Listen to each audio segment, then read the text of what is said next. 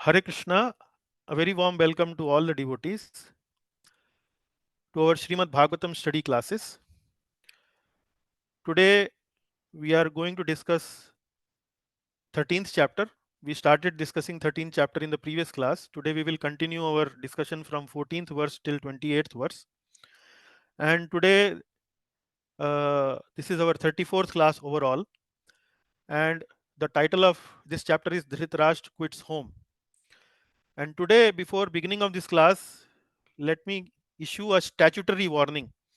Like many times when we are going to watch a video where there is very graphic content or the language is little tough or the pictures shown are little disturbing, so the warning message comes on the video. So you will find today's class Vidur Maharaj is going to chastise Dhritarashtra, and when Vidur Maharaj chastises Dhritarashtra, you will find a lot of things that you will identify yourself or we will identify ourselves with that chastisement. So please don't take don't take that chastisement personally. So this is a statutory warning before the beginning of this class. You are going to expect some real harsh words from Vidur Maharaj today in the class when he chastises his elder brother Dhritarashtra ji.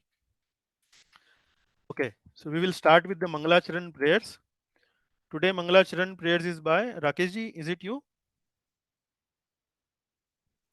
Yes, Prabhuji. Yeah, please go ahead.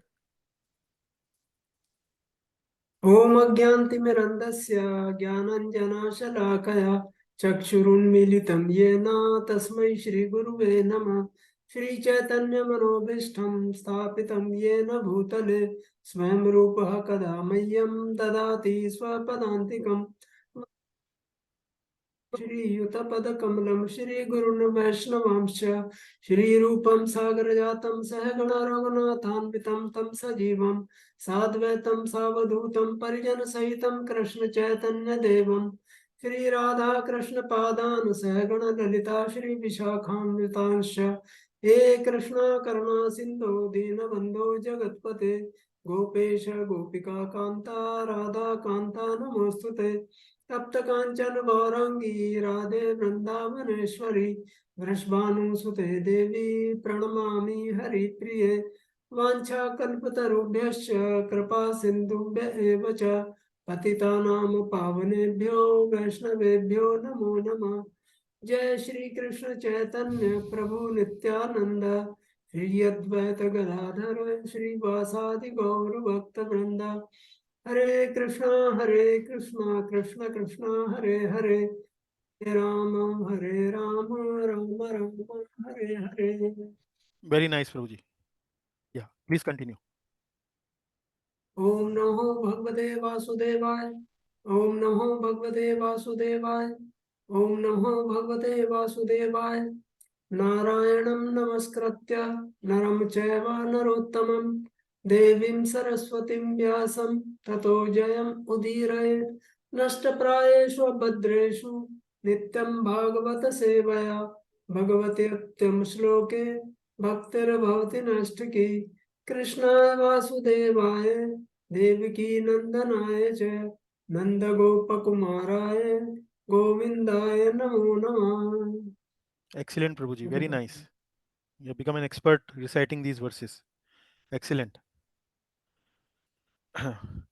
Okay, before I uh, continue with the recap of this previous class, I would like to check with the devotees. Maybe I will send a message also, because many devotees I started to realize have started to develop taste for speaking on Srimad Bhagavatam. Like I see this specifically when devotees are doing a recap of the class.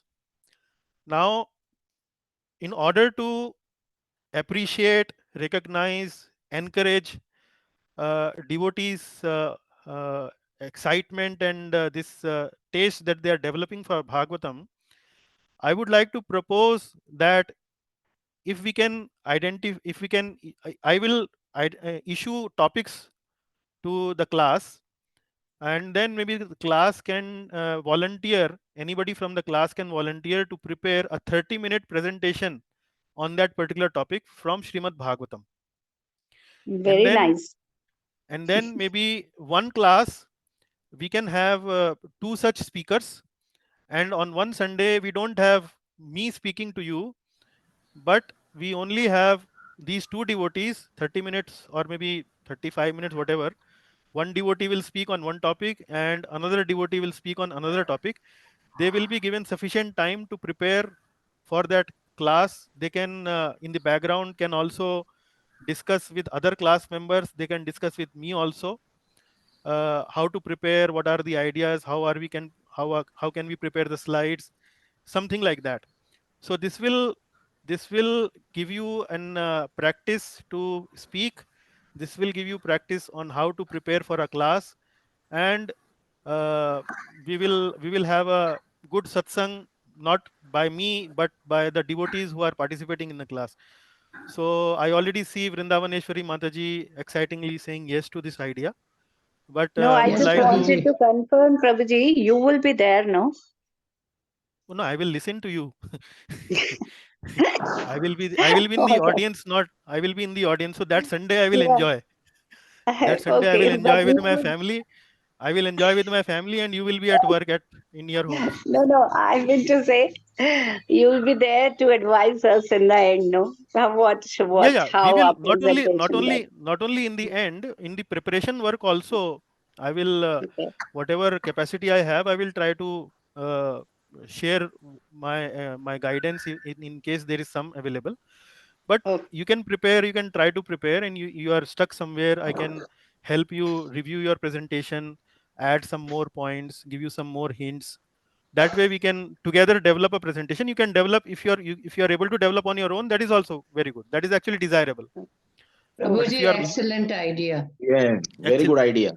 excellent idea. So we have three votes already. It's a good idea Sorry, for us. It's a good Vanuja idea Mataji. for us to Hare prepare. Krishna, Dandavad. Yes, yes, Kartar Prabhuji, yes, boliye. I'm one of the Okay, candidate. चलिए.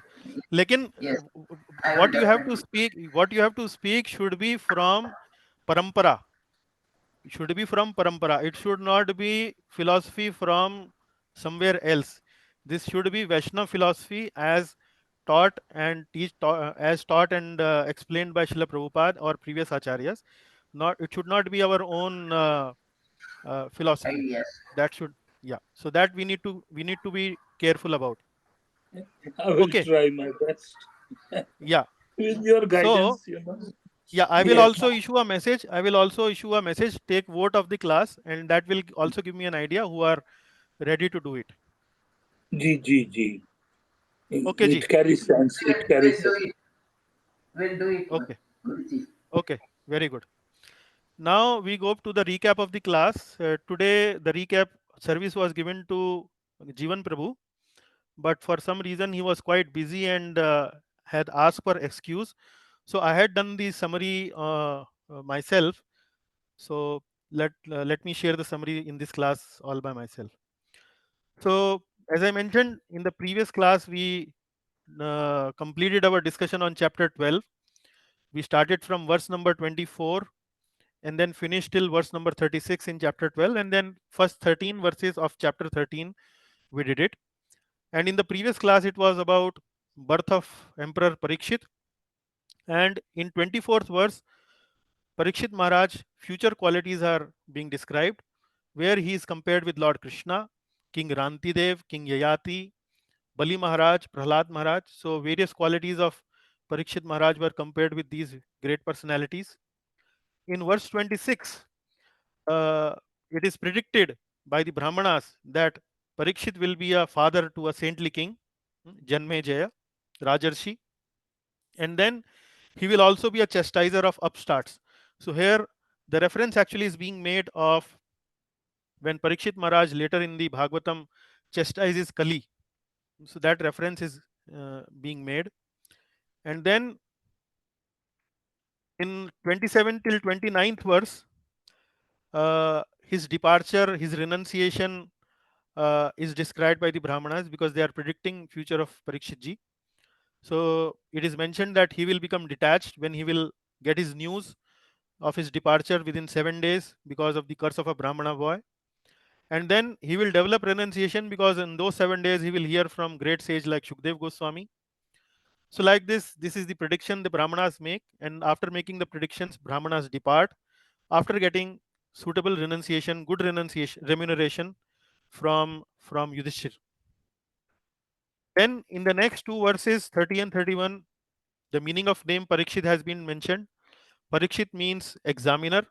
So because Parikshit saw Lord Krishna in the womb, after he came out from the womb, he had a lot of curiosity. He was continuously examining everyone. Is this Krishna? Is this Krishna? Is this Krishna? So that is how he got his name Parikshit. And Parikshit took a, received a very good upbringing because of his virtuous grandfathers, five grandfathers, Pandavas. Then from 32nd till 34th verse, it is described that Yudhishthir Maharaj performs three Ashwamedha Yagyas. For these Ashwamedha Yagyas, wealth was brought in from the sacrifice of King Marutta. We narrated you the story of King Marutta, that how he had so much wealth which was unclaimed, and Yudhishthir Maharaj brothers, all the nice brothers of Yudhishthir Maharaj, helped bring back those wealth which was lying unclaimed, and because of that wealth, Yudhishthir Maharaj could perform this Ashwamedha Yagya, and Lord Krishna was very pleased when he was able to complete it. Then Lord Krishna himself participated in the sacrifice, made sure that good qualified Brahmanas uh, uh, did this sacrifice, and then after completing the sacrifice, Lord Krishna leaves for Dwarka.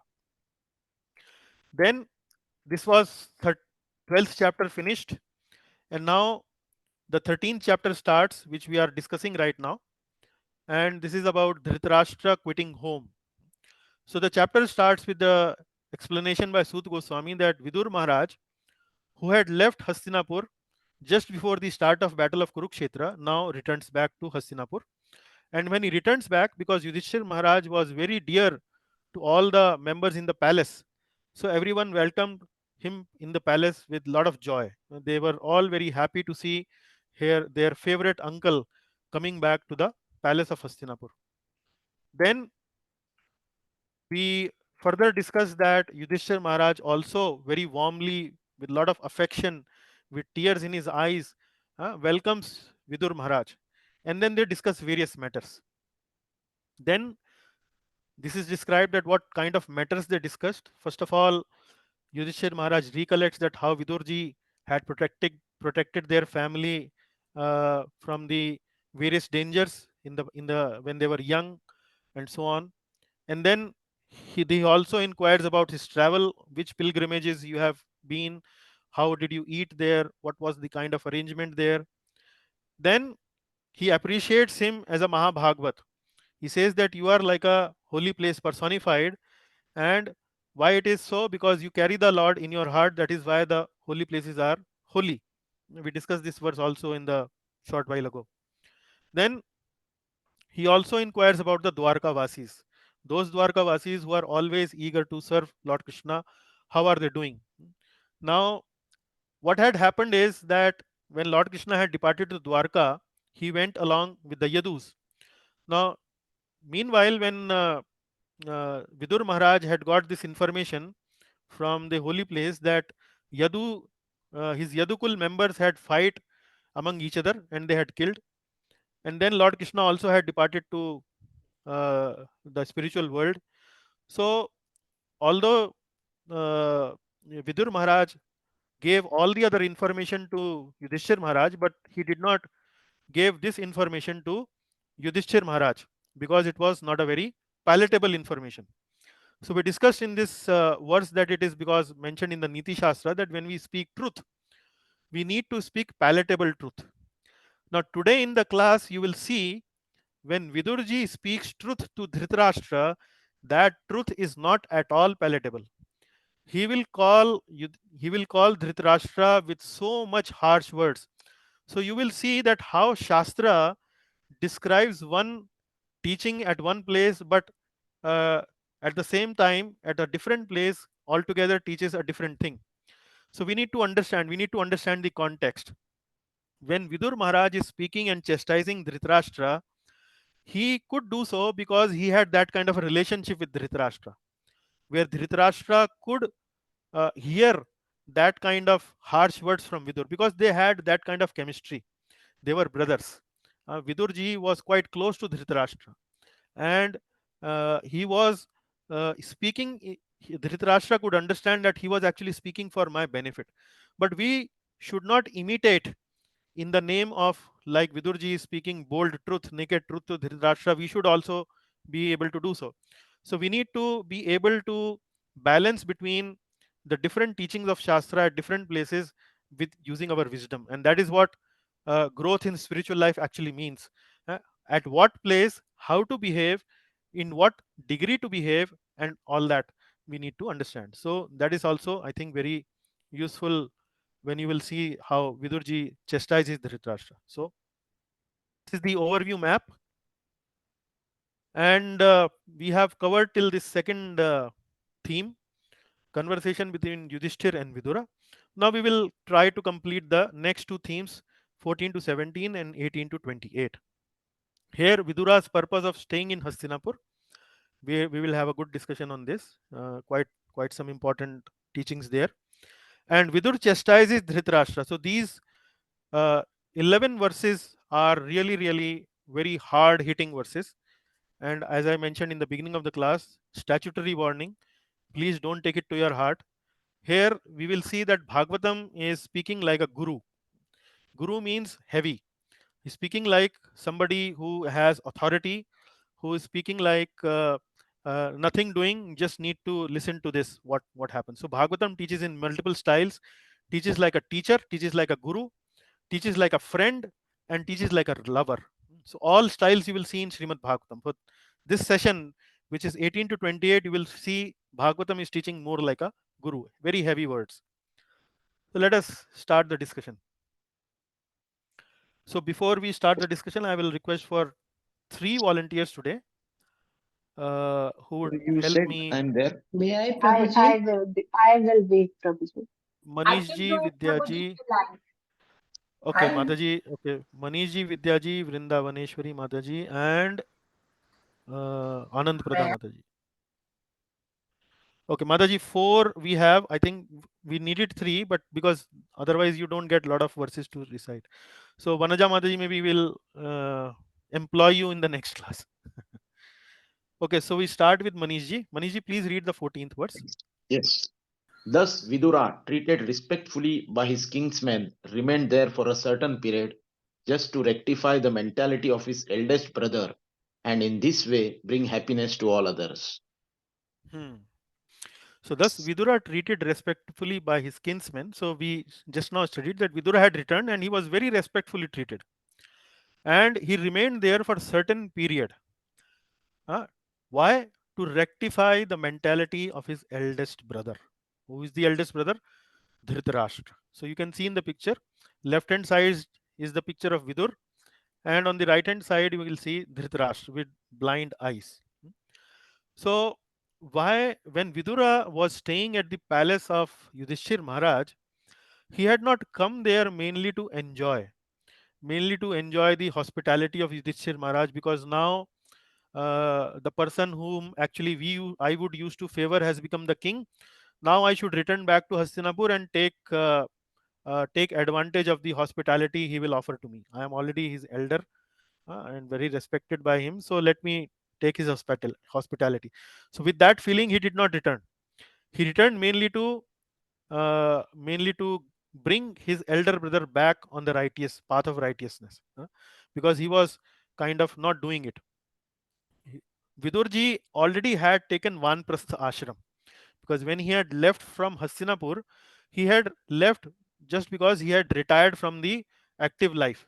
So he had already accepted Vanprastha ashram. He did not came there to enjoy Yudhishthir hospitality. But Dhritarashtra was continuing to be in the palace uh, shamelessly. And how shamelessly?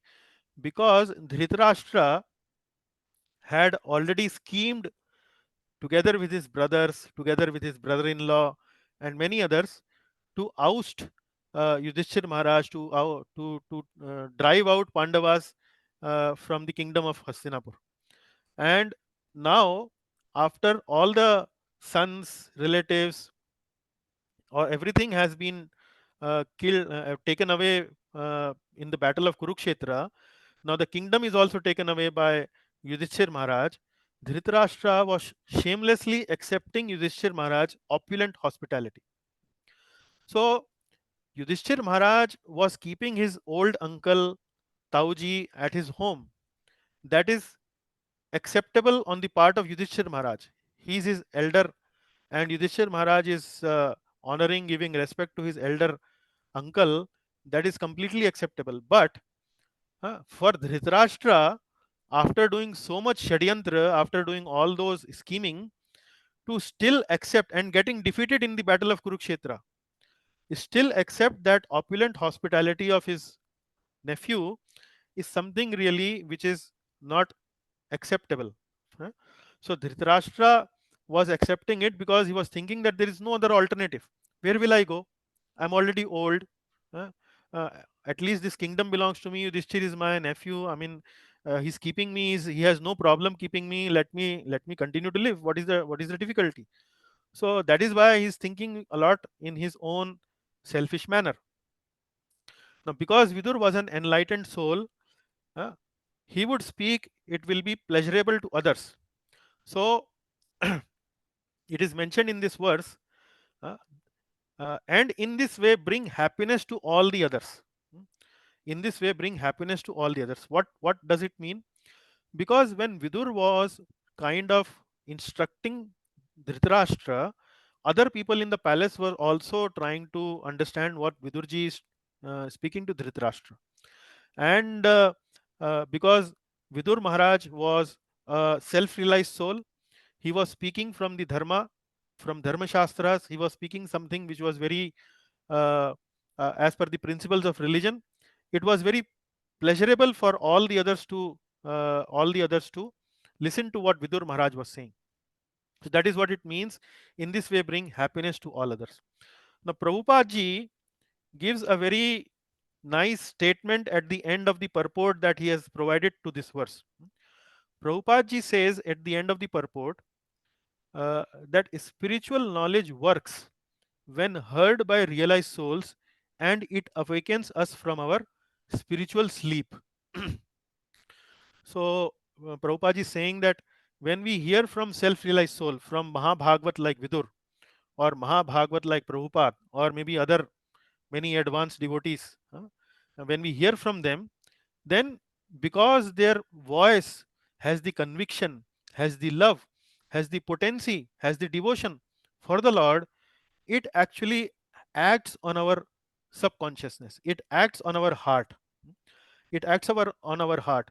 And when we hear from them, we awaken up from our spiritual sleep. We are kind of very lethargic to our spiritual endeavors, we are lethargic to our sadhana, etc. So when we hear from speaking of these kind of realized soul, we wake up from our sleep, spiritual sleep. And if we continue to hear from such people on a regular basis, then what happens? Uh, Gradually and slowly, it takes us to our full realization of our spiritual identity. So we advance mainly because of such potent words from spiritualized soul, self-realized soul. So this is something which for 14th verse. Now let us read the 15th verse. Yes, Maniji. As long as Vidura played the part of a Shudra, being cursed by Manduka Muni, Aryama officiated at the post of Yamaraja to punish those who committed sinful acts. Okay. In the previous class, like in the 33rd class we had last Sunday, I gave you the background of who was Vidura in the previous life. I hope you would remember Vidura was Yamaraj in the previous life. And why Yamaraj became Vidura? Mainly because Manduk Muni cursed Yamaraj, because Manduk Muni thought that for an innocent mistake of me as a child, Yamaraj had afflicted with me a very serious punishment in this life. So he cursed Yamaraj to take birth from the womb of a Shudra and become a Shudra on the planet Earth for almost 100 years. So that was the main reason why Vidura, that story is there where Yamaraj is mentioned as no other than Vidura in this life. So uh, Vidura was a Shudra. mm, uh, it is mentioned in this verse, as long as Vidura played the part of a Shudra. uh, so somebody might question that Vidura is a Shudra, he is not capable of same rights like his other brothers like Pandu and Dhritarashtra had on the kingdom. Vidura could not become the king because he had taken birth from a maid servant, so he could not become the king. But although he could not become the king, but how come Vidura could become the minister and advise Dhritarashtra in his kingdom, in his royal affairs? How could he? How could it be possible? So Prabhupada mentions that there were two reasons for that. One reason is that Vidur had already heard from Maitre Muni a lot of good discourses on Srimad Bhagavatam, and he had already renounced. So that why he is eligible to instruct Dhritarashtra. And Prabhupada gave more other examples that uh, who can become a guru, who can become a spiritual master to give advice, give direction, give opinion, is somebody who is actually not basis on whether he has taken birth as a Shudra or as or maybe any other lower birth like maybe a Chandal or whatever. But if he knows the science of Krishna consciousness, he is eligible to speak on and give opinion and advice to others. So that is one qualification. So Vidura had that qualification because he was already renounced in his character, and he had heard from Maitreya Muni about the uh, about the Vedic knowledge. So this is one reason. But the second reason is, although he was born as a Shudra, but in his past life he was Yamraj, and Yamraj is one of the 12 Mahajans. Mahajans means great devotees.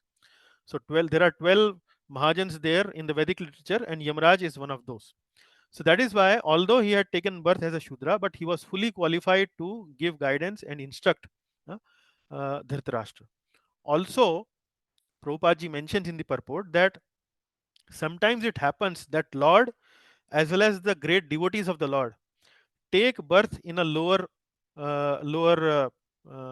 position, like as I mentioned, Shudra, or maybe other lower positions in the society of humankind.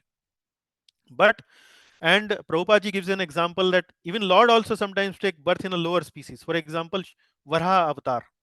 So Varha avatar, Varhaji was a Shukar. Shukar means one who enjoys in filthy places. So although Lord uh, had taken this incarnation as Varaha avatar, but Lord is divine. So we cannot think that Shukar was not a great personality. huh? So Lord sometimes also take lower positions. His great devotees also take lower position, but is mainly to uh, instruct the humankind at large. At the same time, there is another reason given why Yamraj took birth as Vidur. So this reason is given that Yamraj was handling the affairs of Yamlok. And what are the affairs of Yamlok? It is very, very dirty job. Why?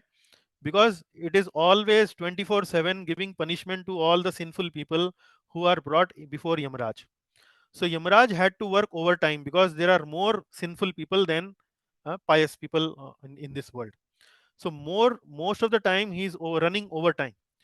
So, in order to give Yamraj a little break from the tough job, the tedious job he has been carrying out, the service he has been carrying out on behalf of the Lord, just to give him a little break, he was sent to the planet Earth as Vidur so that he could hear Bhagavatam, he could enjoy the company of sages like Maitre Muni and so on. That is why he was this divine arrangement was made where Manduk Muni was cursing Yamraj and had to go to uh, and had to take birth as Vidurji. And then while he was uh, while he was playing the part of Vidur in the kingdom of Hastinapur, there is another personality Aryama who officiated at the post of Yamraj to punish those who committed sinful acts. So Aryama is son of Aditi and Kashyap. So Aditi and Kashyap, son of Aditi and Kashyap are known as Adityas. So there are 12 Adityas, and Aryama is one of those Adityas who took charge of Yamraj job in his absence. So this is little history given in this verse number 15, and little background about how Vidurji, why actually Vidurji came back and stayed in Hastinapur. Okay, now we go to the next slide. 16th slide, Prabhu. Please read. Yes. Having won, having won his kingdom and observed the birth of one grandson competent to continue the noble tradition of his family, Maharaja Yudhishthir reigned peacefully and enjoyed uncommon opulence in cooperation with his younger brothers, who were all expert administrators to the common people. Hmm. So here you can see, you can sense the state of mind of Yudhishthir Maharaj now. So Yudhishthir Maharaj, Arjun, and many other people before the battle of Kurukshetra were really, really anxious. A war is going to happen. A war of a great scale is going to happen. There will be a lot of bloodshed. There will be a lot of killing all around. So there were a lot of anxiety there. And uh, even before also, the life of Pandavas have been full of anxiety. And there was another anxiety that was created later on after the Kurukshetra war, when Ashwathama hurled this weapon called Brahmastra on the womb of Uttara, and where there was a complete danger of uh, Parikshit Maharaj getting killed, and then Pandavas will left with no progeny. So that was the situation that was going to happen. But by the grace of the Lord, the Kurukshetra war, the Pandavas won, and also by the grace of the Lord, Parikshit Maharaj was also saved. So Yudhishthir Maharaj, after so much of tough life, uh, now his progeny is there. Parikshit Maharaj is alive. Uh, Brahmanas had made a very good prediction about the future of Parikshit Maharaj, very good qualities, very good future. And the Kurukshetra war is over, Ashwamedh Yagya is done. Now, Yudhishthir Maharaj, although he is a self-realized soul, uh, he is always fixed in his devotional service, even if situation in life is very tough. But still, from some material perspective, it was time for him to relax, to enjoy peacefully the opulent kingdom he had. So Yudhishthir Maharaj reigned peacefully and enjoyed the uncommon opulence in cooperation with his younger brothers. So for the time being, Yudhishthir Maharaj felt peaceful and very relieved. So this is what 16th verse is telling us. Okay, going to the next one. So here it's a very important verse. That is why I have written the Sanskrit also. And now Sut Goswami is preparing the background for those verses 18th to 28th, where Vidura chastises Dhritarashtra. Heavy chastisement. So before that, he prepared some background. He says, what is the fate of an attached householder? So let us read this. This is in Anushtup meter. Evam graheshu saktanam Evam graheshu saktanam pramattanam tad ihaya pramattanam tad ihaya atyakramad vigyatah atte kramad vigyatah kalah paramadustaraha. kalah paramadustaraha. Very nice. Okay. Evam graheshu saktanam. Graheshu means house. Saktanam is attached. So those who are too much attached to family affairs. Evam graheshu saktanam. Those who are too much attached to family affairs. And pramattanam tad ihaya. Pramattanam tad ihaya means pramatta. Pramatta means intoxicated. Pramatta means intoxicated and always engrossed in the household activities, household affairs, and are always intoxicated in their thoughts. Tad ihaya. Tad ihaya. So ihaya means thoughts. So those people who are too much attached to family affairs and are always intoxicated, always engrossed in the thoughts of the family, my children, my wife, etc., etc., my house, my bank balance, my property, my future, and so on. Then atyakramad, atyakramad avigyatah, atyakramad avigyatah, kalah paramadustarah. Kalah paramadustarah means insurmountable internal time. Dustaraha, dustara means one which cannot be overcome, which you cannot win. So time we cannot win. Time continues to flow in a direction, and even if we spend millions and trillions of dollars, we cannot bring back even 1 second. So time is the most expensive currency in this material world, and time actually represents the supreme lord. In Bhagavad Gita also, Lord Krishna says, time I am. Lord Krishna says, I am time. So insurmountable eternal time unknowingly overcomes them. Atyakramat avigyataha. Avigyata means unknowingly, without knowledge. So time keeps on moving. Time keeps on moving. When we stand in front of the mirror, we might look maybe young today, and then every second we are getting old. And when we look after our picture in the mirror 10 years later, we are surprised to see that our hair have gone, our teeth have fallen, we are becoming a little different, there are some wrinkles on our face. So insurmountable eternal time unknowingly overcomes them. Atyakramad avigyatah. Atyakramad means overcomes us. Overcomes means it wins over. Atyakramad avigyatah, and wins over how? Unknowingly. So this is uh, the householder, those householders who are very much attached to the house, they are always thinking, I am happy, everything is all right, I have a lot of bank balance, I can give to my children a lot of property, they will be happy in the future, I'm a successful man. And uh, even these sannyasis, even these mendicants who they travel to me at my home, I only provide for them, so they cannot live without my provision also.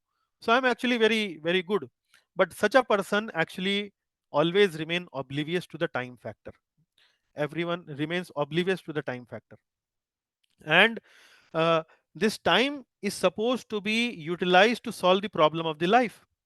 In human form of life, this time should always be utilized to solve the problems of the life. And what is the root cause of the problem of our life? The root cause of the problem of our life is this body. Is this body? Why? This body is going to bring a lot of pain to us in our life. How?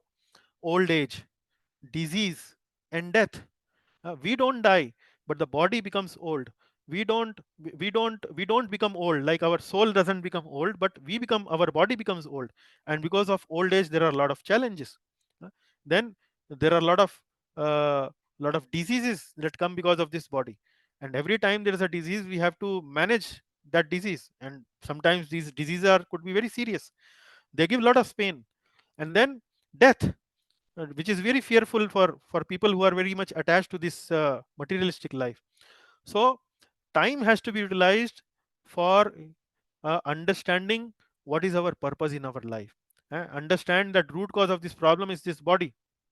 For devotees, it is not a problem, because devotees by their training understand that they are not body, they are spirit soul. At least theoretically they have this understanding that they will not die, and they will continue to survive.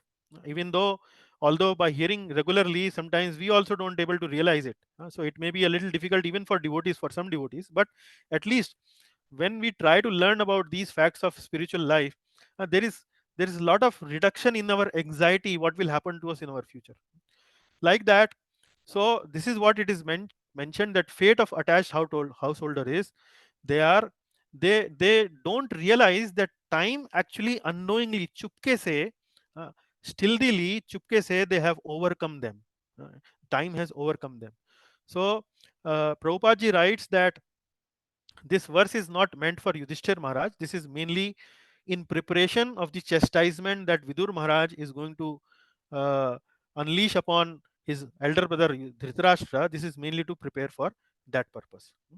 So for devotees, it is not a issue, or it is less of a issue, I would say, in more practical terms. But for those people who are very much attached One fine day, they realize that they have been recognized with some terrible disease in the old age, and that is something not expected by them. They did not thought about it. They probably may had that some medical insurance, but did not realize that that could happen to them. But devotees, by their virtue of their knowledge, they would know that this time is going to come. So at least they prepare themselves mentally every time, every day, hearing Bhagavatam, hearing Bhagavad Gita, and so on. So this is the difference between attached householders and devotees. Okay. Now we have four verses by Manishji. Now we will give chance to Vidya Mataji. Mataji, please read. Yes, Prabhuji.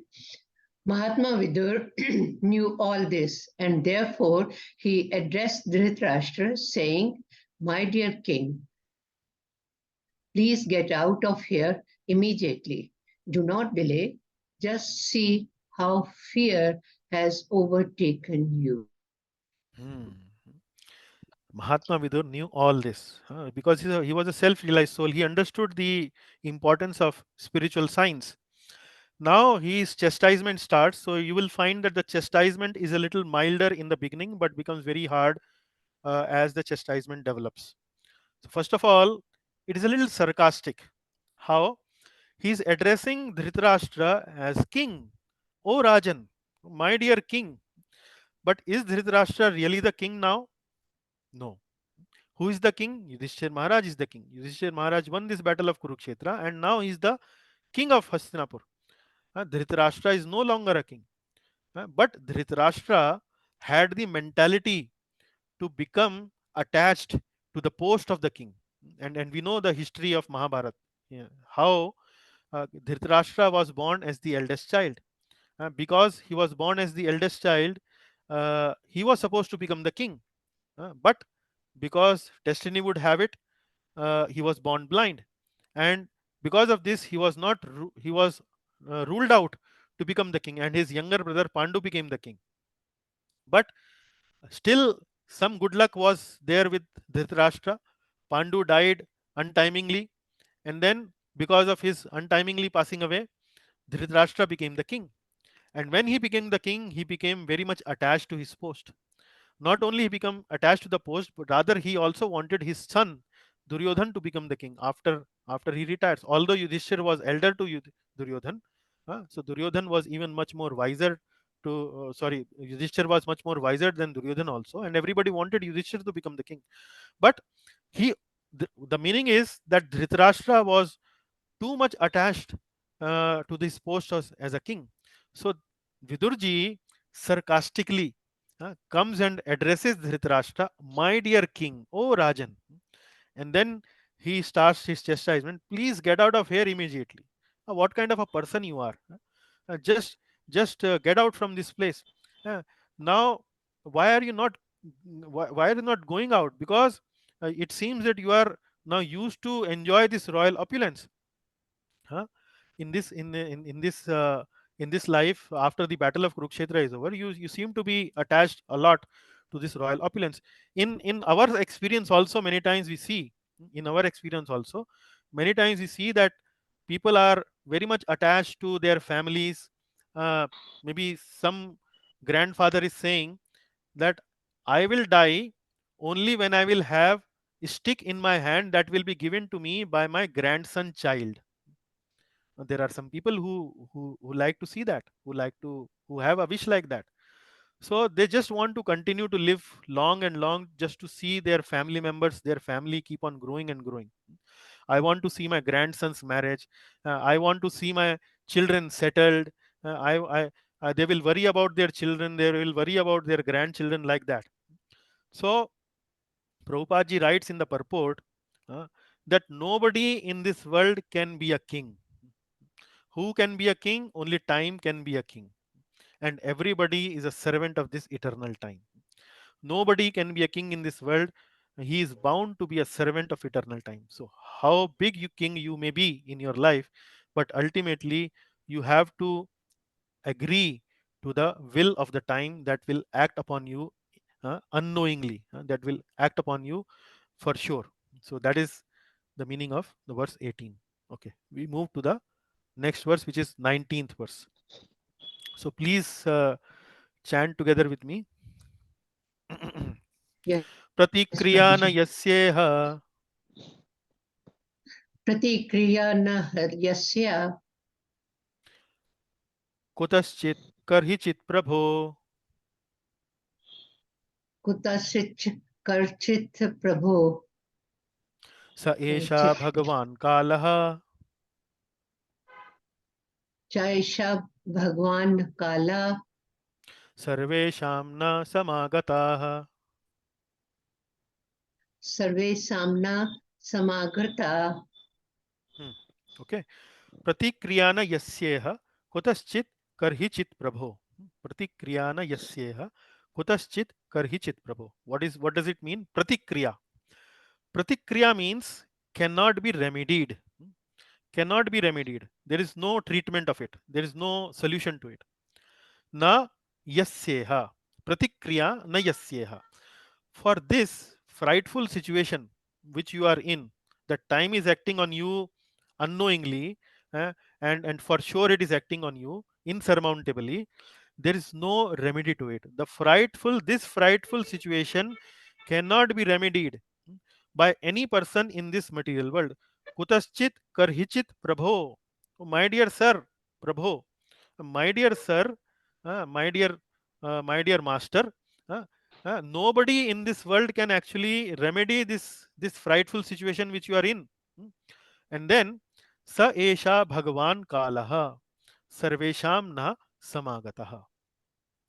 My lord, it is the supreme personality of Godhead as eternal time that has approached us all. Sarvesham nah samagataha.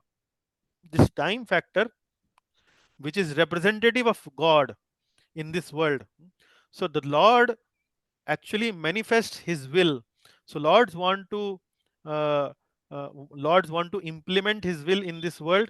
How does the Lord implement His will? In the form of time. Because time, nobody can actually overcome this impact of time. Everybody has to surrender unto the will of this time. Nobody can go away. uh, so that is why time actually is representative of God. Nobody can overrule the orders of the Lord. So that is why it is mentioned, it is supreme personality of Godhead as eternal time. So in the previous verse, Dhritarashtra might ask Vidura, so Dhritarashtra as a king and Vidura is a minister. So in the usual discourse, in the usual discussion, Dhritarashtra would ask question and Vidura would advise to Dhritarashtra. So in the previous verse, Vidurji is saying, uh, uh, this is fearful time. The time is very fearful. You cannot overcome this time. Then Dhritarashtra as a king might ask, Vidurji, is there any remedy for this fearful time? So in order to answer that question, Vidurji is mentioning in this verse, this frightful situation cannot be remedied by any person. This cannot be remedied. There is no pratikriya, na pratikriya yasyeha. Yeah? And there is no remedy for old age, disease, and death. So what does time mean to us? Time means old age, death, and disease. So like that, time insurmountable means we are bound to become old, we are bound to become diseased, we are bound to die. Uh, and something similar Lord Krishna is said in Bhagavad Gita, that mrityu sarva haraschaham in 10th chapter 34th verse. And Lord Krishna mentions to Arjuna that I am time, I am kala, I am death. So time, the word kala could have two meanings. It could be either time or it could be death. And 1132 also Lord Krishna says, Kalo asmi lokakshaya krit pravruddho. Lord says, time I am, a destroyer of all these words. So time has this functionality of destruction. Time destroys. And material worlds are always subject to time. They are always bound to time. So there is destruction in material world always. Yeah. Even in the higher lokas, even in the higher planets, even in Brahma Loka also, death is there. A Brahmo Bhuvana Loka, Punaravartino Arjuna. Lord Krishna says in Gita that even Brahma Loka is subject to death. And we see in the Puranas that there was demons like Hiranyakashipu, there were demons like Ravana who wanted to become immortal. but they also could not become immortal. So wherever there is influence of time, there is birth, death, old age, and disease. So that is what uh, now Vidurji is trying to incite some fear in the heart of Dhritarashtra, that you are subject to insurmountable time. No one can overcome time. Time has unknowingly overcome you. There is no remedy to it. It is actually a representative of Lord that has approached you. You cannot run away from it. You accept this fact. My dear sir, please accept it. Okay. Next, Mataji. So we have Yes, 20th verse. Prabhuji. Okay. Yena chevabhi pannoyam Yena cheva vimpanno yam pranay priyatamairapi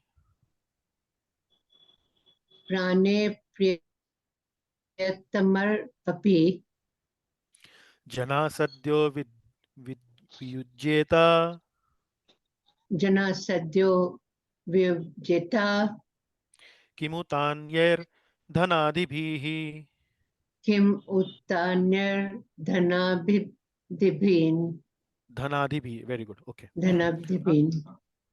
येन चैव अभिपन्नो यम.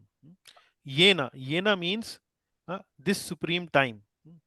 Whoever is under the influence of supreme Kal. Yena cheva abhipanno yam. So abhipanno yam. What does abhipanno means? Abhipanna means in the influence.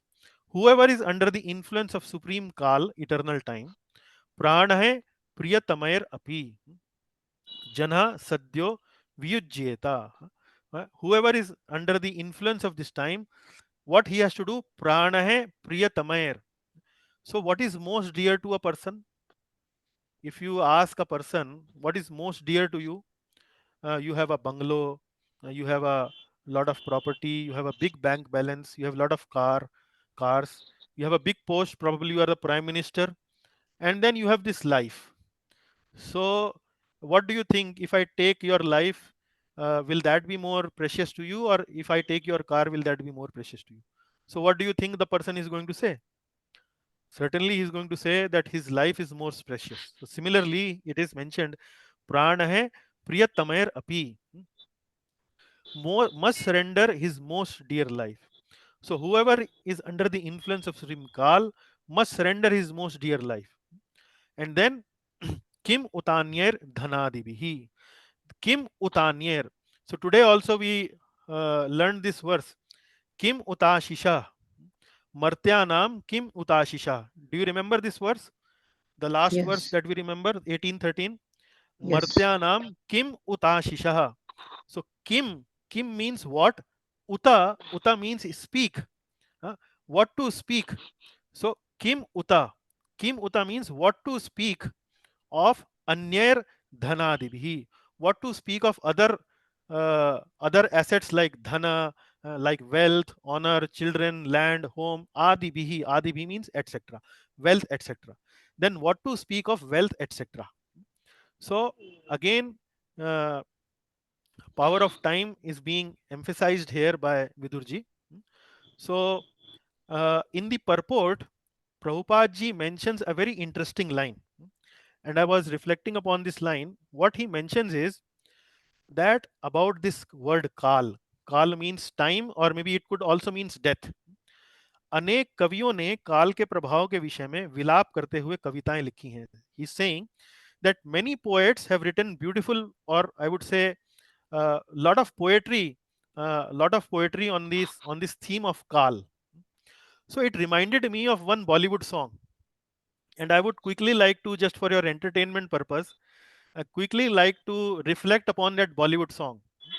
So in this Bollywood song, this is from this Bollywood film called Safar, and it is sung by maybe Kishore Kumar probably, and it has been picturized on Rajesh Khanna. So this song is जिंदगी का सफर है ये कैसा सफर, कोई समझा नहीं कोई जाना नहीं, है ये कैसी डगर चलते हैं सब मगर, कोई समझा नहीं कोई जाना नहीं. So in English it means, what kind of journey is this called life? Nobody has understood it, nobody has known about it. it is a path where everyone walks, but where it takes nobody knows. है ये कैसी डगर चलते हैं सब मगर कोई समझा नहीं कोई जाना नहीं. So this, when I read this line, this song actually came to my mind. But in this poetry or in this film song, the songwriter is always mentioning koi samjha nahi koi jana nahi. And I was reflecting upon these two lines, and I was wondering that probably the songwriter has not read Bhagavad Gita and Srimad Bhagavatam, and that is why he's writing koi samjha nahi koi jana nahi. Now let us look at some further expressions of the poet in this song. जिंदगी को बहुत प्यार हमने किया, I love this life a lot, मौत से भी मोहब्बत निभाएंगे हम, we will fulfil our promise with death also, रोते रोते जमाने में आए मगर, we came in this world crying, हंसते हंसते जमाने से जाएंगे हम, we will depart from this world smilingly. So this is like a on a positive note the poet is writing this. Then he says something which is quite nice. जाएंगे पर किधर है ये किसे ये खबर, कोई समझा नहीं कोई जाना नहीं. So here the songwriter is saying we will die, we know, but where we will go we don't know. जाएंगे पर किधर है ये किस को खबर, कोई समझा नहीं कोई जाना नहीं. So like this, Rajesh Khanna is singing very nicely in this film. जाएंगे पर किधर है ये किसको खबर. But my dear devotees, we who are actually followers of Bhagavad Gita and Srimad Bhagavatam, at least we have some idea that if we continue to hold on to the message of Lord Krishna, we continue to follow these instructions very nicely, then at least we will have some good destination. We are not completely ignorant about our destination. जाएंगे पर किधर. Then in the next line, ऐसे जीवन भी हैं जो जिए ही नहीं.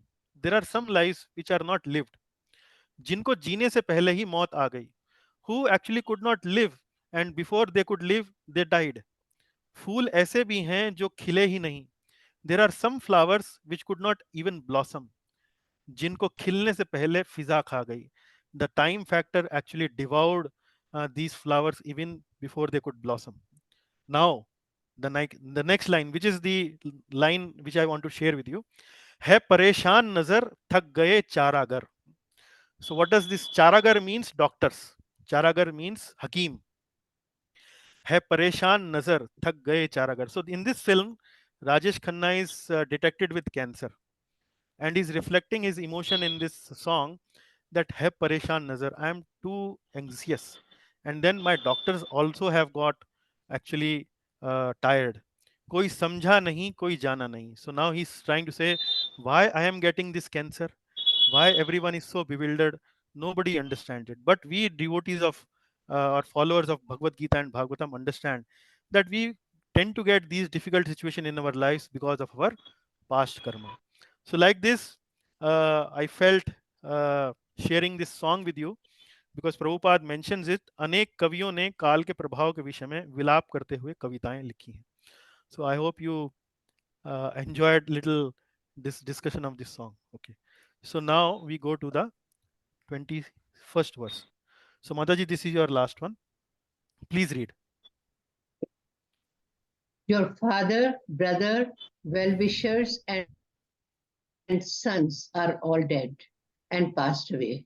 You yourself have expended the major portion of your life.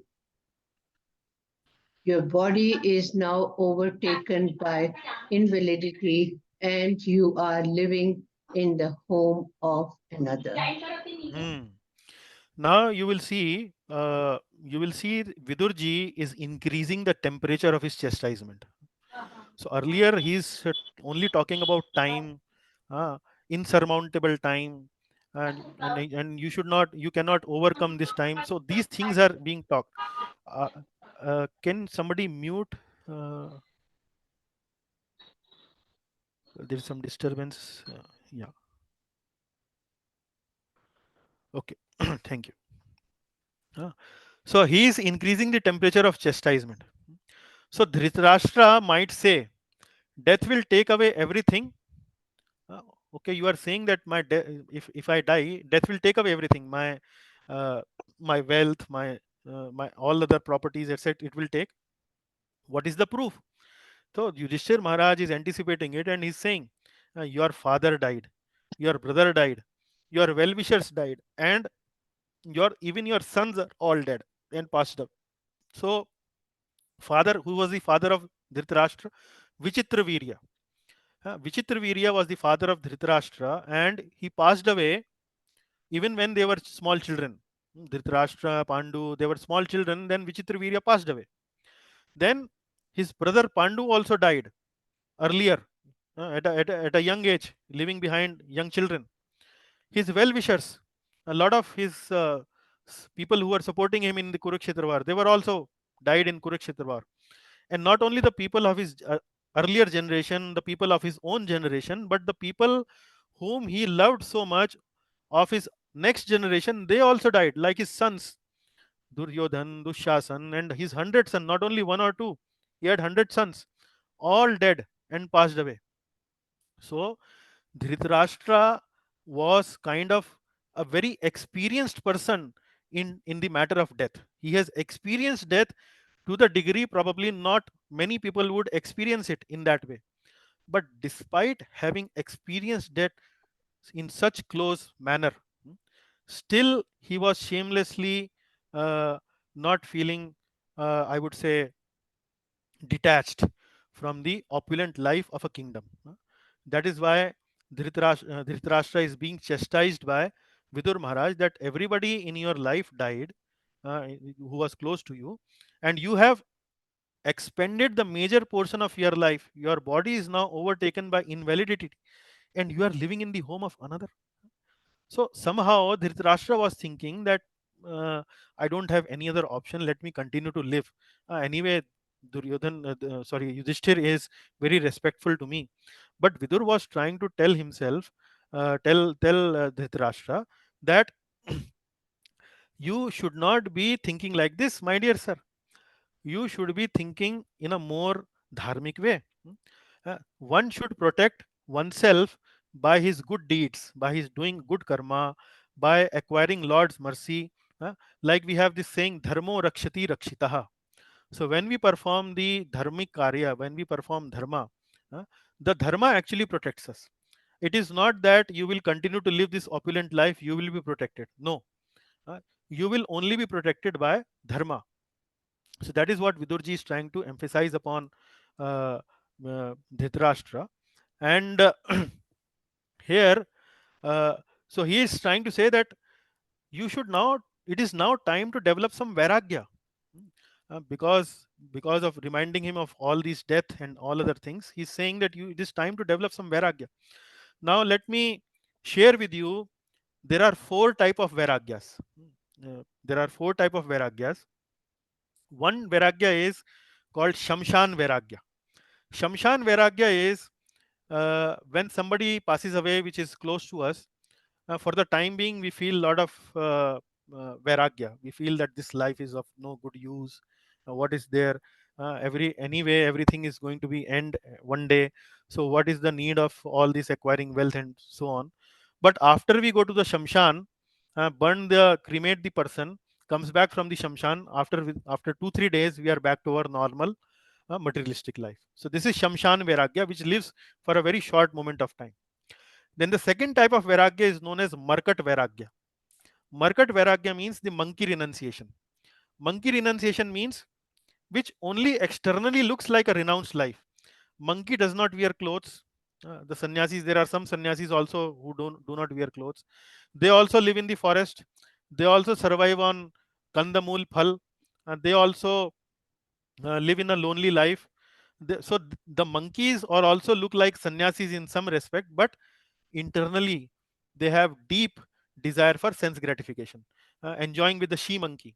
That kind of sense gratification they have. They kind of enjoy with the she monkey maybe multiple times in their during the day. So this is called Markat Vairagya, which is externally only showing Vairagya, but internally there is no Vairagya at all. So Shamshan Vairagya, Markat Vairagya. Then there is Falgu Vairagya.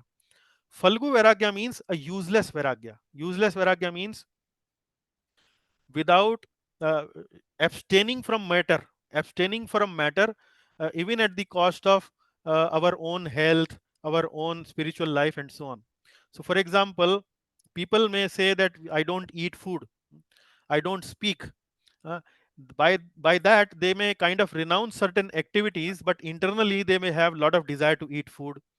They may become weak and then do nothing to serve the Lord, to serve the devotees, etc. They may actually uh, keep Mauna but internally they have a lot of desire to speak.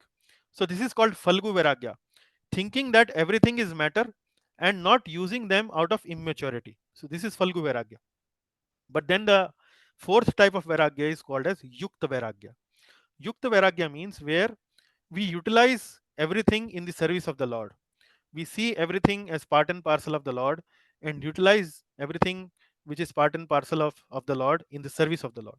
So that is acceptable and favorable to improve our devotional life. So this is about the verse 21, where Vidurji is now increasing the temperature and saying that everyone died and now you are still shamelessly living in the house of somebody else. Now we move to Vrindavaneshwari Mataji. Please read from here. Thank you, Prabhuji. Okay. So I have to read from here, Prabhuji. Yeah, visible. Yeah. Visible symptoms of old age. You have been blind from your very birth, and recently you have become hard of hearing. Your memory is shortened, and your intelligence is disturbed. Your teeth are loose, your liver is defective, and you are coughing up mucus. Oh my God. Now you see the harshness of this word is coming. अरे बुढ़े हो गए हो, तुम्हारी तुम तुम पैदा ही अंधे हुए थे और तुम पैसे ही अंधे थे और आंखों से भी अंधे थे और बुद्धि से तो अंधे थे ही तुम. So like this, he's using very harsh words here. Visible symptoms of old age. Reminding, he's reminding Dhritarashtra of some very symptoms of old age. This is not to kind of ridicule old people, but this is just to state the facts. This is what we all are going to face, or maybe we are facing for some of us. You have become blind from your very you have been blind from your very birth, and recently you have become hard of hearing. अंधे तो थे ही, थोड़ा ऊंचा सुनना भी शुरू हो गया है तुमको. You are not able to hear properly. Your memory is shortened, uh, and your intelligence is disturbed. So like this, very graphic symptoms have been narrated by Vidurji. These are something like notices of the Lord. So notice when the Lord's notice comes, our hair start to fall, our hair start to become gray, and then we start losing our teeth. So here he also saying your teeth are loose, your liver is defective. Your teeth are loose, your liver is defective, and you are coughing up mucus.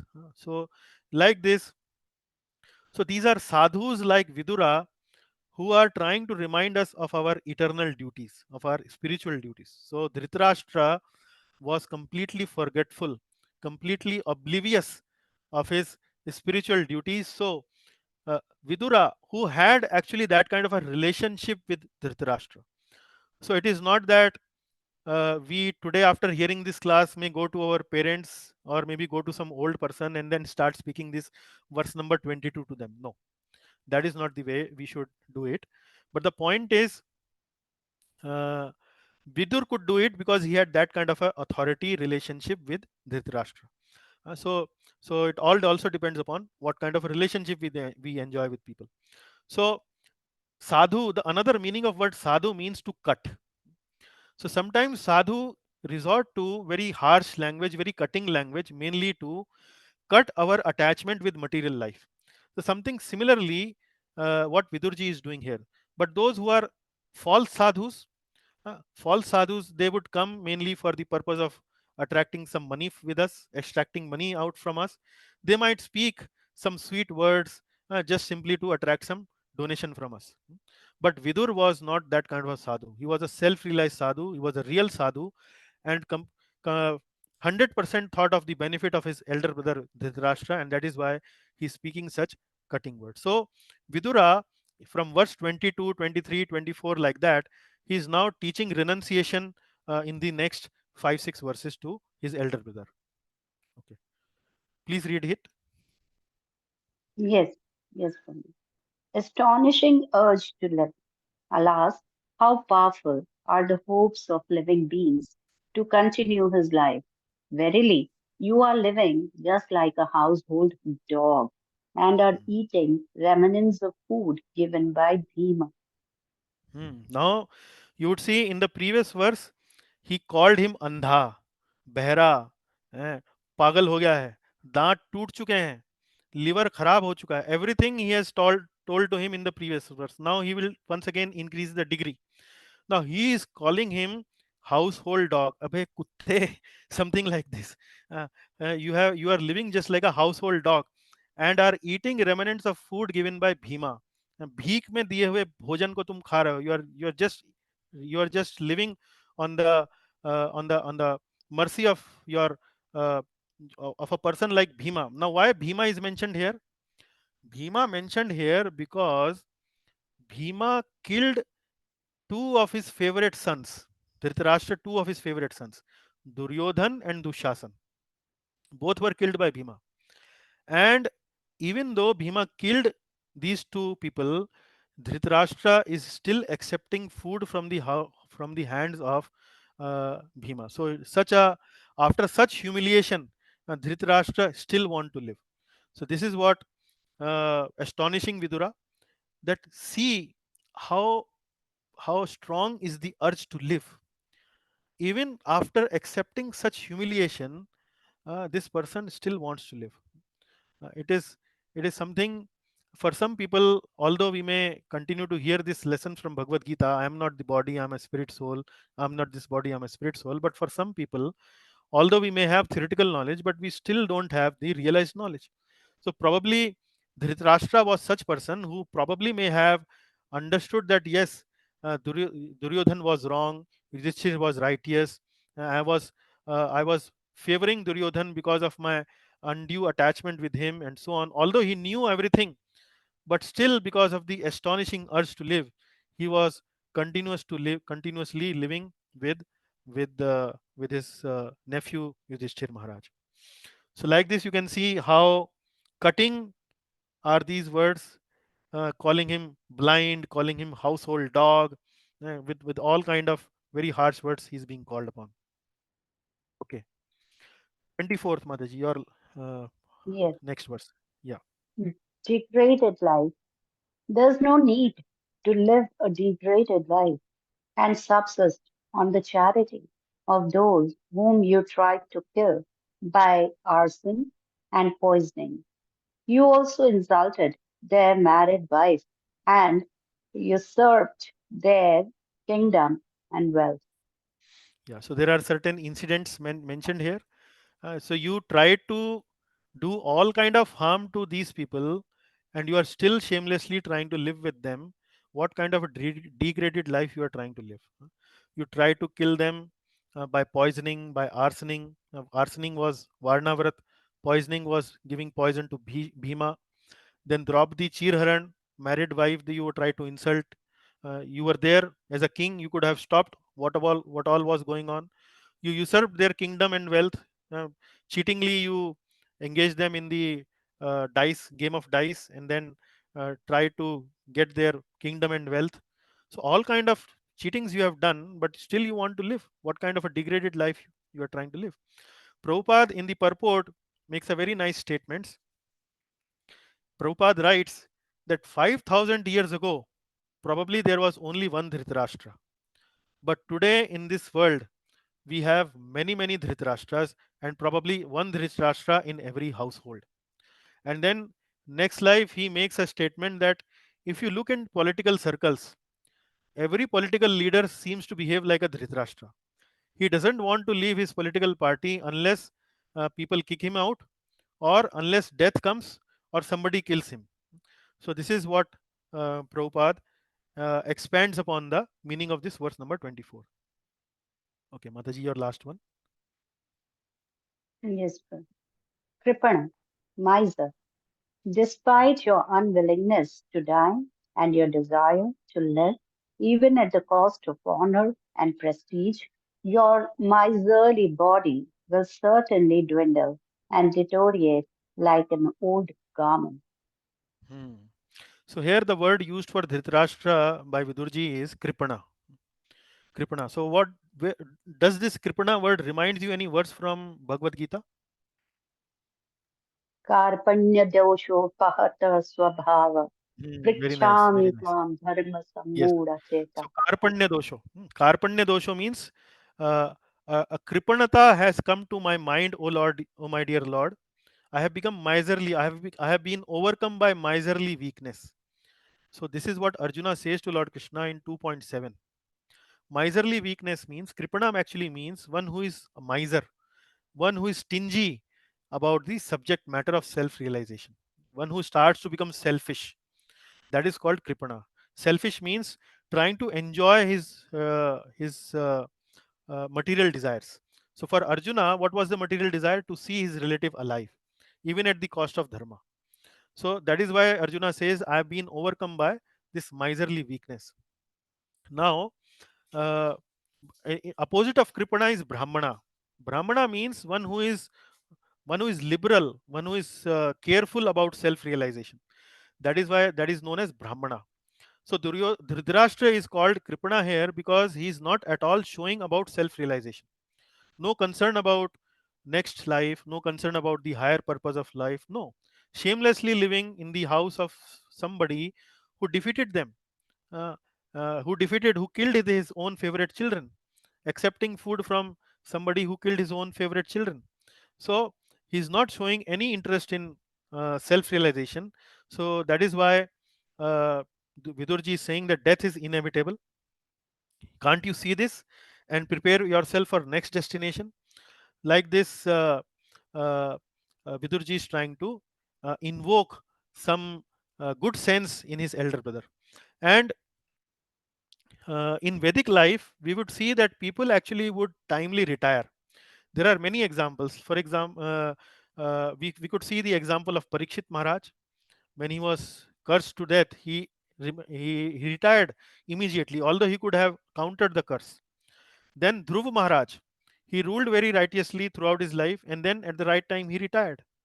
Even in the story of Ram Lila, also we saw that Dasharath Maharaj arranged for timely retirement by making his own son Sri Ramchandra as the king. So, but Dhritarashtra is not looking forward to retirement any at all. So we need Vidura. We need people like Vidura to awaken sleeping personalities like Dhritarashtra to understand the seriousness of life and to retire timely. So Srila Prabhupada writes in the purport that we need so many Viduras to enlighten people of Kripana mentality. What Prabhupada is saying is that we need many preachers. So you also, who are student of our class, can actually try to take up this responsibility of spreading this message in whatever capacity, whatever way, whatever it interests you, to at least go out and try to enlighten people of this message of Bhagavad Gita and Srimad Bhagavatam. Simply, you have to do one thing. You simply speak Gita, you simply speak Srimad Bhagavatam, and people will become enlightened. People will understand your message.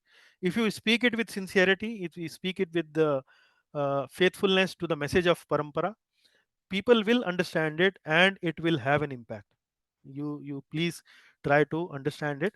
And like Prabhupada is saying, we need many Viduras to enlighten people of Kripana mentality, and we can also try to contribute in this movement to some degree. Okay. Now, Mataji, we will give chance to Anand Prada Mataji. Please, Mataji. Gataswartham imam deham तत्स्वार्थम् इमं देहं virakto mukta bandhanaha विरक्तो मुक्तबन्धनः avigyata gatirjayat अविज्ञाता गतिर्जय्यान् sa vai dhira udarata. सवै धीर उदारतः. Yes, Mataji. So, gata swartham imam deham.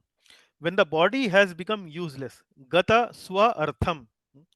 So, when the body has become gata swa artham. Swa artham means useful to us, and gata means no longer useful to us. When the body becomes become useless for us, then free oneself from all obligation. Virakto mukta bandhana. Then free oneself from all obligations. Avigyata gatir jahiyat. One who goes to an unknown remote place and quits his body. Avigyat gatir jahiyat. Savai dhira udahrita. He is called actually dhira.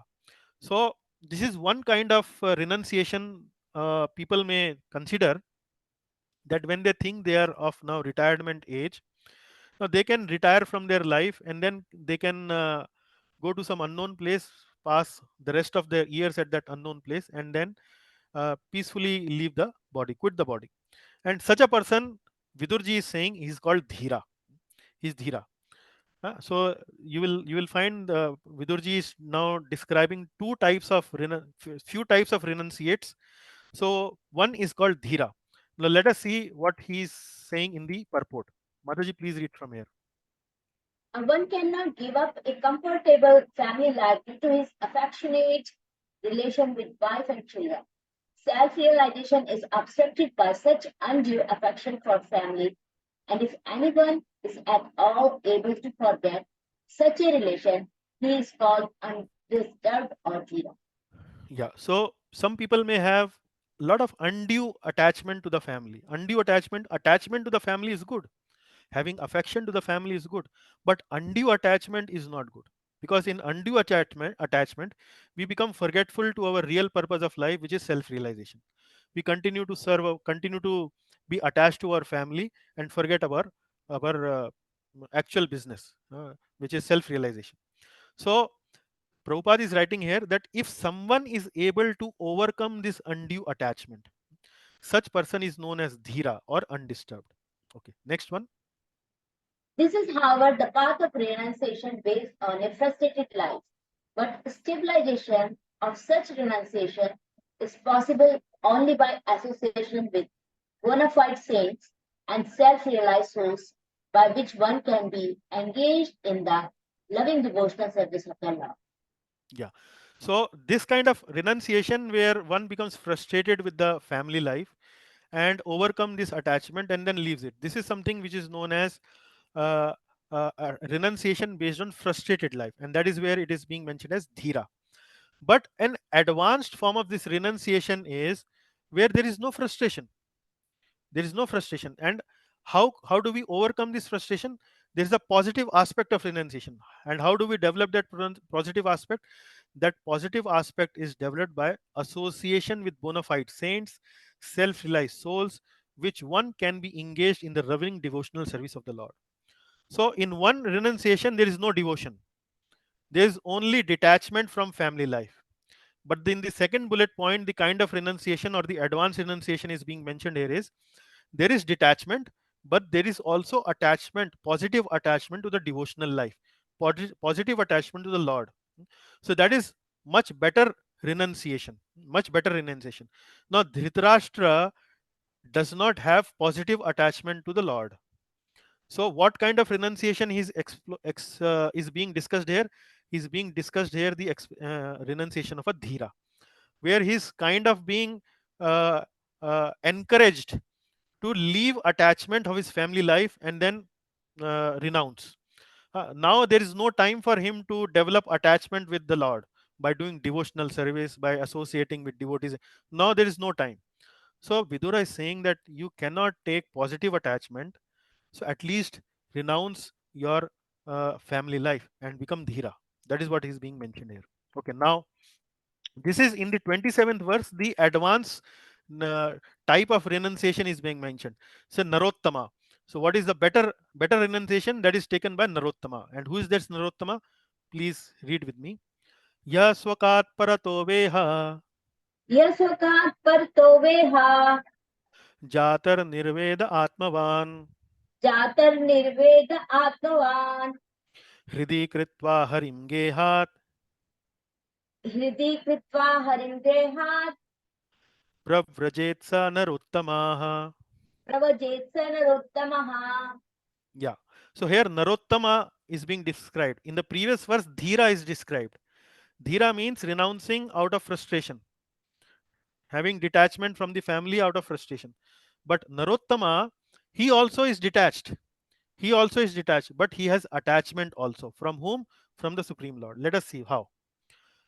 Ya swakat parato veha, one who awakens either by himself or after hearing from others. Ya swakat, swakat means himself. Parato means by others. Paraya. Jata nirveda atmavan. And after hearing, after doing the Shravan, he develops discrimination. He develops discrimination. Atmavan, he becomes self-realized. And what further happens? And Hridi Kritva Harim Gehat Pravrajet. Gehat Pravrajet. Gehat means home. Pravrajet means leave. And leaves home. And why? Hridi Kritva Harim. Harim means Lord Hari. And after making Lord Hari reside in our heart, Hridi means heart. Hridi Kritva. After residing Lord Hari in our heart, then he leaves home. Then what he is known as Sanarottam. He is the best of men. So in the previous verse, verse number 26, one class of renunciation is shown. In 27th, another class of renunciation shown. One is Dhira, another is Narottama. Narottama is the best. Narottama is better than Dhira because in Narottama, detachment is there and devotion is also there. In Dhira, only detachment is there out of frustration. So that is what Narottama means. Please read from here. There are three classes of transcendentalists, namely, one, the Dhira, or the one who is not disturbed by being away from family association. Two, one in the renounced order of life, a sannyasi by frustrated sentiment. And three, a sincere devotee of the Lord, who awakens God consciousness by hearing and chanting and leaves one depending completely on the personality of Godhead who resides in his heart. So we have discussed two types, Dhira and Narottama, or Dhira or devotee. But here Prabhupada mentions one more category which is called sannyasi. Sannyasi is something who takes renunciation out of frustration, like what we discussed. We discussed three types of vairagya, like Falgu vairagya. Falgu vairagya means I will not come in contact with matter. Brahma Satya Jagat Mithya. Jagat is Mithya. This Jagat is not no longer useful. I just reject this Jagat and I will only accept something which is spiritual. So that is the kind of mentality of this middle order sannyasi. So this is one another category he is defining, but the category third is Dhira. Category third is Narottama. Category one is Dhira. Here. Okay. Okay, Mataji. Please therefore leave for the north immediately without letting your relatives know, for soon that time will approach which will diminish the good qualities of man. So now Vidurji is saying that Kali Yuga is soon to come, which will diminish the good qualities of men. And now you should leave immediately. Now there is no time. Go to north. Why north? North means Himalayas. Go to north and without knowing, letting your relatives know. Soon Kali Yuga will also come. So get out of this problem before Kali Yuga starts. So that's how Vidurji is encouraging or advising Dhritarashtra. So last slide of the day. Yeah. To become Narottama or first class human being, depending completely on the Supreme Lord Shri Krishna, is not possible for any ordinary man. Dhritarashtra was advised by Vidura at least to come a Dhira in the beginning if it were impossible for him to become a sannyasi or a Narottama. So what he's saying is that if it is not possible to become Narottama, because sir, now there is no time. Old age is come, your teeth are shaking up. Better become Dhira if you can't become Narottama. So in order to become Dhira, there are some techniques, as you will see in the later in the classes, that still by the guidance of Vidura, it is possible to become Dhira. But for Narottama, it is not simple, it is not easy. You can't become it overnight. Then next one, Mataji. The Dhira stage is attained after a prolonged practice of the yoga system. But by the grace of Vidura, one can attain the stage immediately simply by willing to adopt the means of the Dhira stage, which is the preparatory stage for sannyasa. Yeah. Thank So you you. will see later that Dhritarashtra will do some yogic kriyas to become Dhira, and then he will leave his body. So that's all for today's class. I hope the class was informative, uh, encouraging, and also because of lot of uh, jolting words are being used by Vidura. Probably we also uh, might become, although you are already serious, but might become even more serious uh, after hearing those harsh words. So, any realization maybe we can discuss now. Thank you very much. Hare Krishna. The class is eye-opener. Okay. Yeah. So you can see how harsh words has been used. Household dog, blind, and then deaf, and then whatnot is being mentioned. One thing I wanted to ask from you. There Hmm. was a line somewhere where Vidurji is saying to Dhritarashtra that you have lived a life, something like that he's saying. So Hmm. I realized that even जो होना था हमारी life का भी हमने भी कर लिया है ना वही तो उसके बाद क्या मतलब वो अब we cannot go to any one hour or something like that. Hmm. So what is to be taken up by us? What is your advice? तीव्रेण तीव्रेण भक्ति योगेन व्रजेत. That is the question asked by, I think, Parikshit Maharaj in the second canto also. Akka servo कामो वा मोक्ष काम उदारधि तीव्रेण भक्ति योगेन वजेत param. I think there is the fourth part of this verse I am forgetting. The point is that whatever we have done in our life, akam sarva kamo va moksha kam udaradhi. Akam means maybe in our life we lived a life full of constraints. Akam means without much desires. Sarva kamo va, or we lived a life full of material desires. Moksha kam. Moksha kam means maybe we lived a life desiring liberation. Whatever kind of life we may have lived, forget about it. Tivrena bhakti yogena vrajet purusha param. I think that is the fourth one. Vrajet purusha param. Tivrena bhakti yogena, with intense devotional practice, now you can achieve the param purusha. You can achieve the supreme personality of Godhead. So whatever you may have done, don't worry about it. Many people in our class are senior citizens. They might also think, sir, most of it is done now. What to do? So the Yeah, point is, the point is now whatever is left, tivrena bhakti yogena, vrajet purusham param.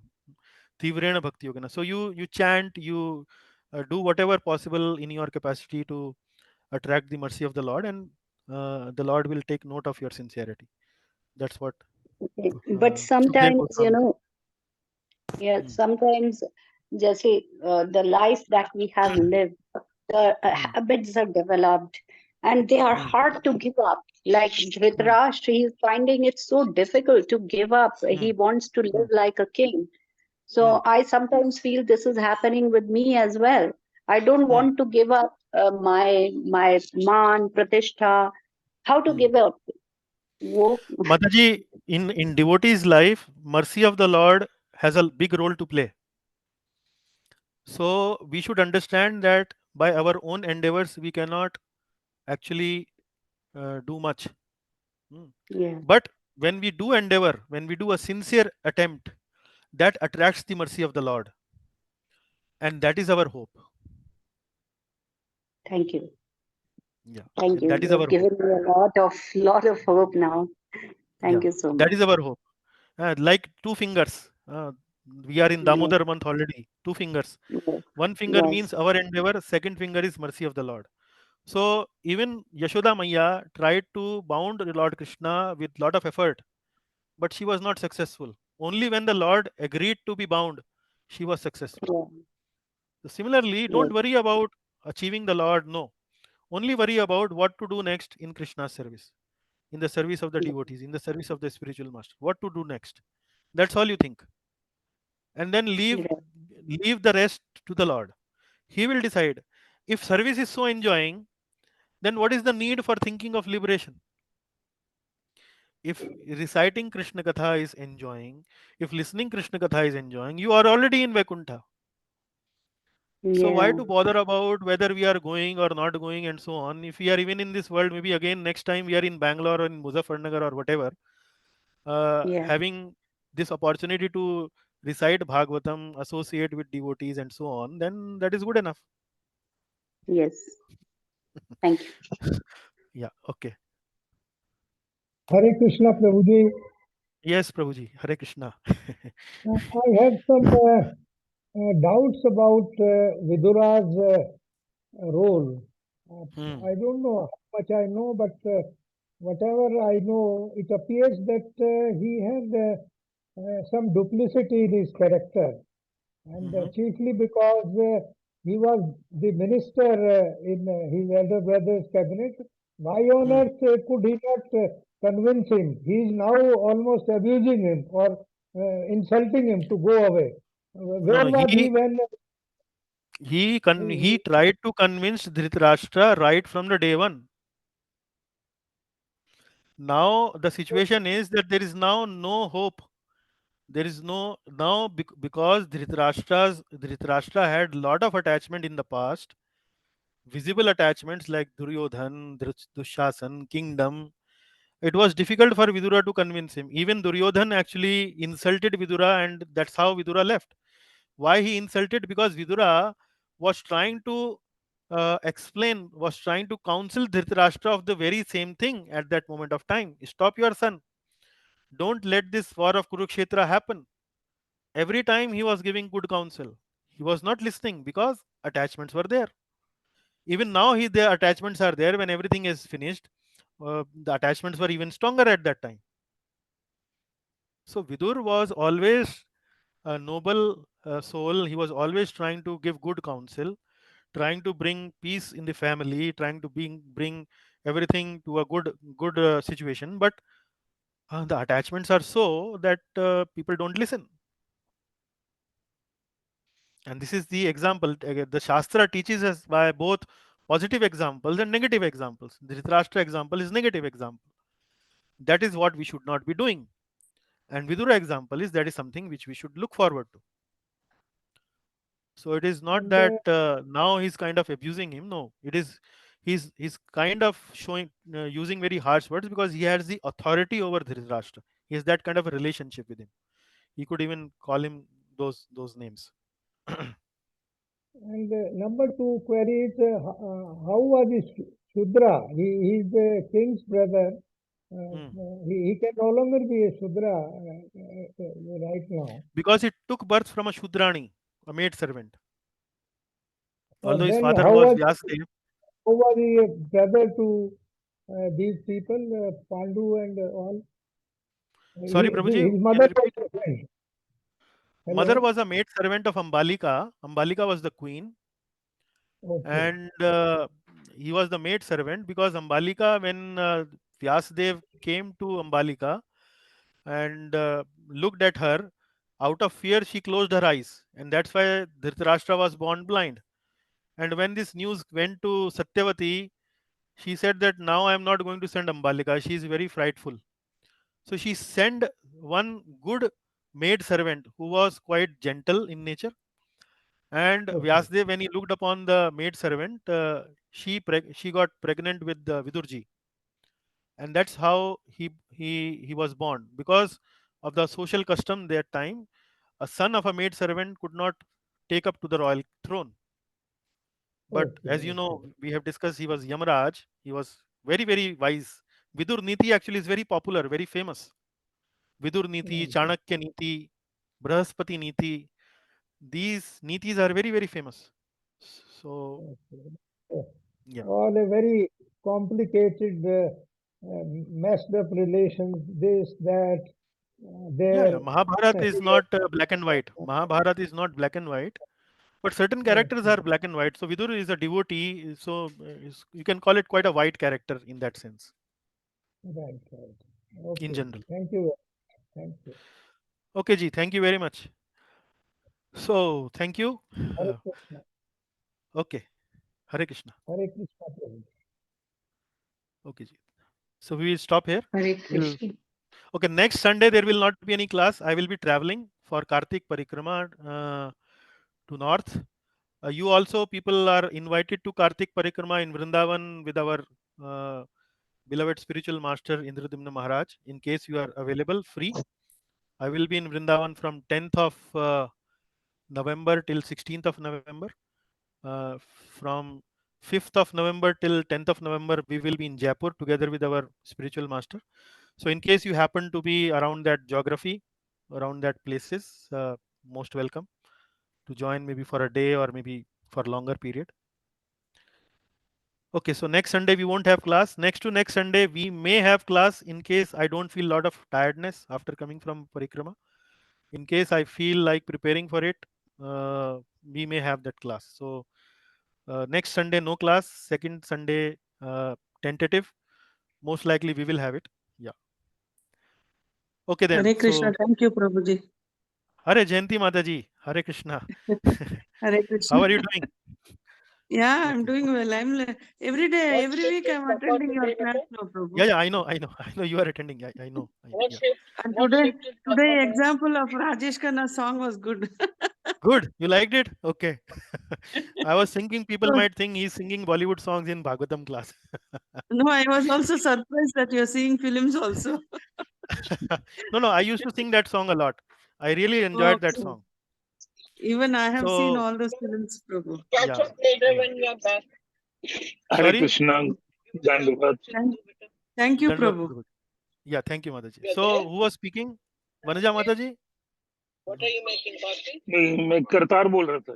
Okay, नहीं आपका तो मालूम है, मुझे पीछे से और कुछ भी आवाज आ रहा था. Okay ji, ji thank ji you very ji much. Ji. Hare Krishna.